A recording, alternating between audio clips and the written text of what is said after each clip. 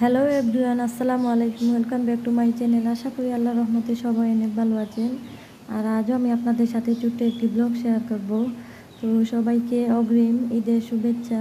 তো আমি সকাল থেকে ভিডিওটা শুরু করলাম। তো এখানে আমি চাদরটা পাল্টে নেব, তারপর আমি এখানে রান্নাও শুরু করে দিয়েছি। তো প্রথমে এখানে আমি ডিম বোনা করে নিয়েছি, তারপর অন্য চুলায় আমি ভাতও বসিয়ে দিয়েছি। তো আজ একটু মার্কেটে যাব, তাই তো তারপর আমরা রান্না করার পর খাওয়া দাওয়া করে নিয়েছি। আর এখানে আমার ছেলেকে রেডি করে দিয়েছি। তো আজ সেলুনে যাব।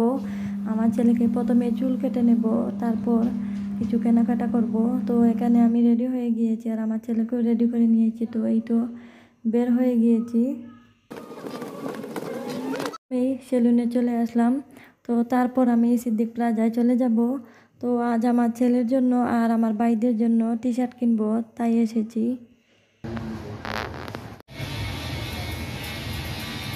তো আমার ছেলে চুল কাটা শেষ হয়ে গেলে এবার আমরা সিদ্দিক প্লাজায় চলে যাব। তো এই তো চলে আসলাম।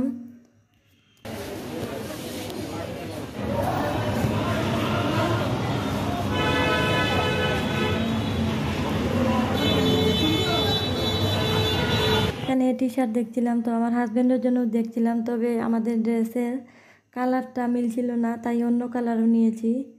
তো আবারও আমরা কেনাকাটা শেষ হয়ে গেলে বাসার উদ্দেশ্যে রওনা দেব। তো এই তো বেরিয়ে যাচ্ছি।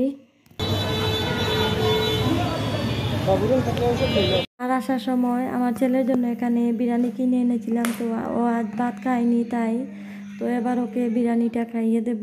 তো ও অল্প একটু পোলাও খেয়েছে, আর কিছু খায়নি। তো শুধু ওই পোলাওটাও একটু পছন্দ করে।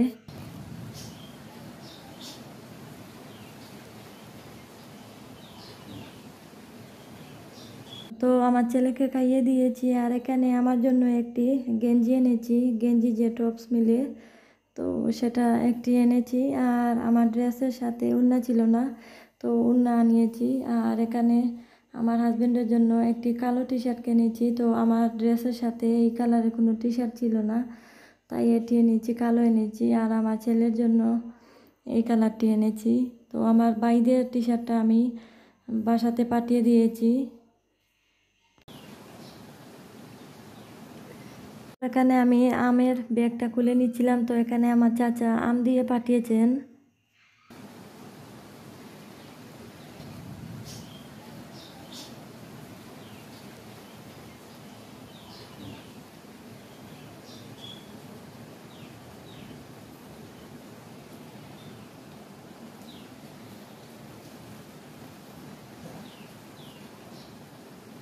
তো আমার হাজবেন্ড আমাদেরকে বাসায় পাঠিয়ে দিয়েছিলেন। আর এখানে গরু দেখতে গিয়েছিলেন। তো আলহামদুলিল্লাহ আমাদের কুরবানির গরু কিনে নিয়ে এসেছেন।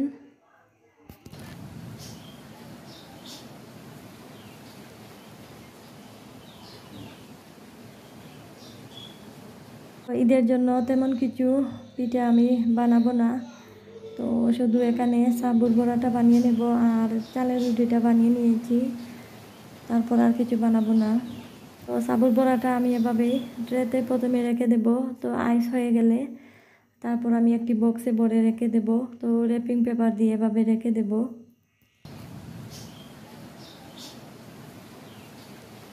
তো চালের রুটিটাকেও এভাবে ব্যাগে ভরে তারপর আমি ডিপ ফ্রিজারে রেখে দেব। ভিডিওটা এই পর্যন্ত। সবাইকে ঈদ মোবারক। আসসালামু আলাইকুম।